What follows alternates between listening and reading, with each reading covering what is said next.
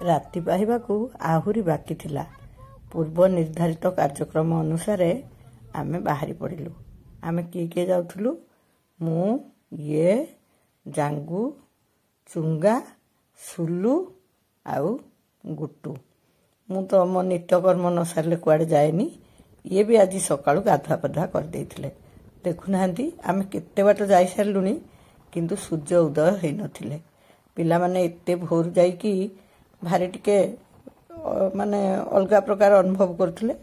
ମୁଁ ତାଙ୍କୁ ସୂର୍ଯ୍ୟୋଦୟ ସବୁ ଦେଖେଇ ଆଡ଼ୁ ସାଡ଼ୁ କଥା କହି କହି ଆମେ ଗୁଡ଼ାଏ ବାଟ ଚାଲିଗଲୁ। ବାଟରେ ଦେଖିଲୁ ଗୋଟେ ଦୋକାନରେ ଛଣାଛଣି ଆରମ୍ଭ ହୋଇଗଲାଣି। ଏତେ ସକାଳୁ କ'ଣ ଖାଇ ହେବ? ଏମିତି ବାହାରି ଯାଇଥିଲୁ। ସେଠି ରହିକି ସେଠୁ କାକେରା ଆଉ ଘୁଗୁନି ଖାଇଲୁ।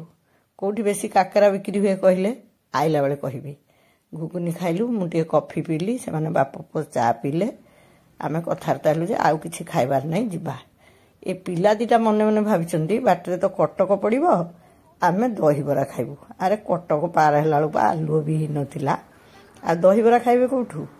ଭଦ୍ରକ ପହଞ୍ଚ ପହଞ୍ଚ ଗୋଟେ ଜାଗାରେ ଏ ଦହିବରା ତାଙ୍କ ଆଖିରେ ପଡ଼ିଗଲା। ଆମେ ବି ଚିନ୍ତିତ ହେଉଥିଲୁ ଯେ ଦିଟାକ ପିଲା କିଛି ଖାଇନାହାନ୍ତି, ସେମାନେ ଖାଲି ବ୍ରସ୍ କରିକି ଆଉ ଗାଧୁଆ ପାଧୁଆ କରିନଥିଲେ, ଟଏଲେଟ୍ ଯାଇକି ଆସିଥିଲେ। ତେଣୁ ତାଙ୍କୁ ଭୋକ ନିଶ୍ଚୟ ହେବଣି। ସେଠୁ ସେମାନଙ୍କ ଇଚ୍ଛା ମୁତାବକ ଏଠୁ କହିଲେ ଦହିବରା ତାହେଲେ ଖାଅ। ସେଠି ଦୁଇ ଜଣ ଯାକ ବସି ଦହିବରା ଖାଇଲେ, କମାତ କଲେ। କିଏ କହିଲା ଆମର ପିଆଜ ପଡ଼ିବନି, କିଏ କହିଲା ଆମର ଆଳୁ ପଡ଼ିବନି। ମୁଁ କହିଲି ଯାହା ବି ହଉ ତମେ ବାପାମାନେ ଲାଗିପଡ଼, ମୁଁ ଆଉ ପାରିବିନି, ତାଙ୍କୁ ଖୁଆଇଦିଅ। ସେମାନଙ୍କୁ ଖୁଆଇଦେଲା ପରେ ଆମେ ସିଧା ଯାଇକି ପହଞ୍ଚିଗଲୁ ଆମ ଲକ୍ଷ୍ୟସ୍ଥଳରେ। କିନ୍ତୁ ଛୁଆ ଦିହେଁ ଗାଧେଇ ନାହାନ୍ତି, ଜାଙ୍ଗୁ ଚୁଙ୍ଗା ବି ଗାଧେଇ ନାହାନ୍ତି। ତେଣୁ ଆମେ ଏଇ କେନାଲ ପାଖକୁ ଗଲୁ। ମୋର ଏଇ ବିଚିତ୍ର କର୍ମ ଦେଖିକିରି ଆପଣମାନେ କିଏ କିଏ ବି ମୋ ଉପରେ ବିରକ୍ତ ହେଉଥିବେ, କିନ୍ତୁ ମୁଁ ଏଇଭଳିଆ ହିଁ କରେ।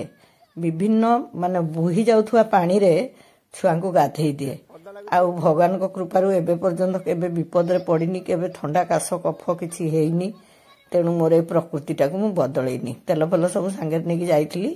ଭଲ ରକମ ତେଲ ମାଲିସ କରିଦେଲି। ଦିହିଁକୁ ଜଣ ଜଣ କରି ସେ ପାଣିକି ଟେକି ନେଇକି ଗାଧେଇଥିଲି। ସେମାନେ କେତେବେଳେ ଖୁସି ହେଲେ ତ କେତେବେଳେ ଚିତ୍କାର କଲେ। ପାଣି ତ ଥଣ୍ଡା ଲାଗିଲା ବୋଧେ ଲାଗିଗଲା। ସେ ଭିତରୁ ଜଣେ କହୁଛି ବୋଉଲୋ ମୋତେ କରେଣ୍ଟ ମାରିଲା। ବୋଇଲେ ଆରେ ମୂର୍ଖ, କରେଣ୍ଟ ମାରିନି ରେ, ପାଣି ବହୁତ ଥଣ୍ଡା ଅଛି। ଗୁଟୁକୁ ବି ଗାଧେଇଥିଲି। ଗୁଟୁକୁ ଗାଧେଇ ପାଧେଇ ଉପରକୁ ପଠେଇଦେଲି। ତାପରେ ପୁଣି ସୁଲୁକୁ ବି ଗାଧେଇଥିଲି। ସେମାନେ ବହୁତ ମଜା ନେଲେ, ଖୁସି ବି ହେଲେ। ପାଣି ବହୁତ ପରିଷ୍କାର ଥିଲା, କିନ୍ତୁ ପଶିଗଲା ବେଳକୁ ଗୋଳି ଉଠି ଯାଉଥିଲା। ମାନେ ବାଲି ନୁହଁ, କାଦୁଆ। ଏଇଟା ବୈତରଣୀର ଗୋଟେ କେନାଲଟା, ହେଲେ ଅପରିଷ୍କାର କିଛି ନଥିଲା। କେବଳ ରହିଗଲା ବେଳକୁ ମାନେ କାଦୁଅ ହେଇଯାଉଥିଲା। ସେ ଯଦି ସମତଳ ହେଇଥାନ୍ତା ଛୁଆମାନେ ଆଉ ଟିକେ ମଜା କରିଥାନ୍ତେ। ଯେହେତୁ ପଥର ଗୋଟେ ଗୋଟେ ଥିଲା, କେଉଁଠି ଛୋଟ ପିଲା ଗୋଡ଼ ଫୋଡ଼ ଗଳେଇ ଦେବେ ବୋଲି ମୁଁ ତାଙ୍କୁ ଜମା ଛାଡ଼ିଲିନି। ଦାୟିତ୍ୱ କରି ନେଇକିରି ତାଙ୍କୁ ଗାଧୁଆ ପାଧୁଆ କରିଦେଲି। ସେମାନେ ସିନା ଗାଧେଇ ପଡ଼ିଲେ, ମୁଁ ତ ଗାଧେଇଥିଲି। ସେ ଦିହିଁକୁ ଗାଧେଇ ଦେଲା ପରେ ଦେଖୁନାହାନ୍ତି ତାଙ୍କର ଭାରି ଇଚ୍ଛା ସେ ପାଣିରେ ପଶିକି କାବୁରୁ କାବୁରୁ ହେବେ। ଅତିରୁ ପୁଣି ଇତି ହେଇଯିବ ଯେ। ତେଲ ଯେହେତୁ ମାଲିସ କରିଦେଇଛି, ମୁଁ କହିଲି ଚାଲ ମୁଁ ଟିକେ ଘଷି ଘୁଷା ଦେଇକି ପୋଛି ପୋଛାକି ନେଇ ଆସିବି। ସେଇଆ କଲି। ସେ ଦୁଇ ଜଣଙ୍କୁ ଗାଧେଇକି ଧରି ମୁଁ ଆଣିଲି ଭାରି ତାଙ୍କୁ ପୋଷାକ ପତ୍ର ପିନ୍ଧେଇବାକୁ। ଏ ଦୁଇ ଭାଇ ତାଙ୍କର ଗାଧେଇଲେ। ଗାଧେଇକି ଆସିକି ଆମେ ସମସ୍ତେ ନିଜ ନିଜ ଲୁଗାପଟା ବଦଳେଇ ଦେଲୁ। ଆମ ପ୍ରଥା ଅନୁଯାୟୀ ଆଜି ମାଆ ମାନେ ସବୁ ଧଳା ଶାଢ଼ୀ ପିନ୍ଧିବା କଥା। ତେଣୁ ମୁଁ ସାଙ୍ଗରେ ନେଇଥିବା ଶାଢ଼ୀକୁ ବଦଳେଇ ଆମେ ଆମ ଲକ୍ଷ୍ୟସ୍ଥଳକୁ ଗଲୁ। ମୋର ମନ ତ ବ୍ୟାକୁଳ, କେତେବେଳେ ଠାକୁରଙ୍କ ଉପରେ ମୋର ଆଖି ପଡ଼ିବ, ଏ ଆଖି ମୋର ପବିତ୍ର ହେବ। ଆମେ ପ୍ରକୃତରେ ଯାଉଥିଲୁ ପାଳପୁର। ଏଇ ଯେଉଁ ଗାଁଟି, ପଲ୍ଲୀ ଗାଁଟି ଦେଖୁଛନ୍ତି, ଏଇଟା ହେଉଛି ପାଳପୁର। ଠାକୁରେ ତାଙ୍କ କକ୍ଷରେ ଥିଲେ, ସଭା ମଣ୍ଡପକୁ ଯାଇନଥିଲେ। ଆମେ ସମସ୍ତେ ସେଠିକି ଯାଇ ତାଙ୍କୁ ପ୍ରଣାମ ଜଣାଇଲୁ। ସେଠୁ ଠାକୁରଙ୍କୁ ପ୍ରଣାମ କରିସାରିବା ପରେ ଆମେ ଗଲୁ ଆମର ପୂଜନୀୟା ମାଆଙ୍କ ପାଖକୁ। ମାଆଙ୍କୁ ବି ପ୍ରଣାମ ଜଣାଇଲୁ। ସେତେବେଳକୁ ଠାକୁରଙ୍କୁ ପୁଣି ମଣ୍ଡପକୁ ନେବାର କାର୍ଯ୍ୟକ୍ରମ ଅନ୍ୟ ଭଉଣୀମାନେ ଆରମ୍ଭ କରିଦେଇଥିଲେ।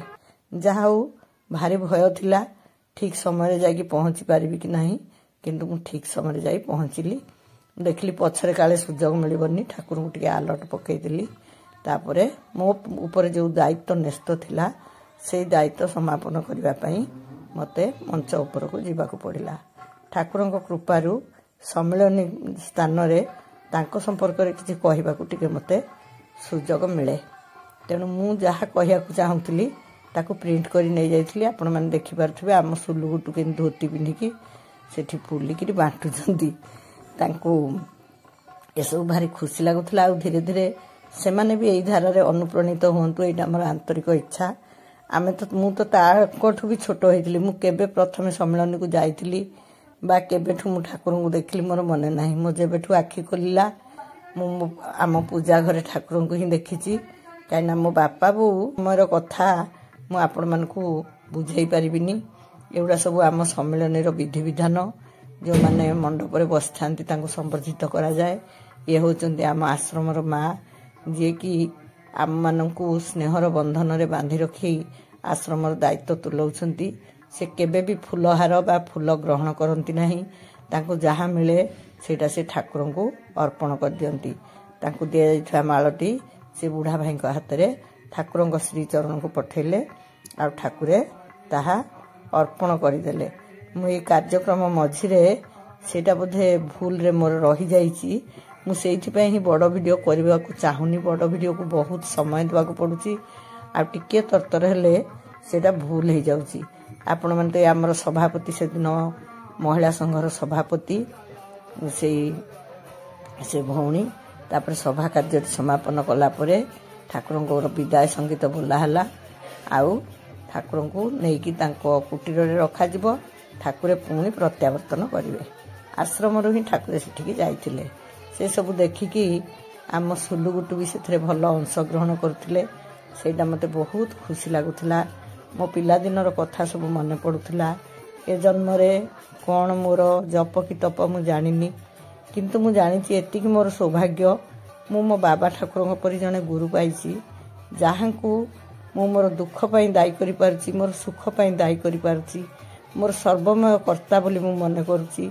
दुख पड़िले अभिमान करुछि, गाली दउछि, कांदुछि। सुख पड़िले कृतज्ञ होउछि, भल पाउछि। भल पाइबा थिले ही तो राग अभिमान आसे। से सब मु जहाँ पाखे निवेदन करि पारछि। से भली जने गुरु पाइकि मु निजको धन्य मन करुछि।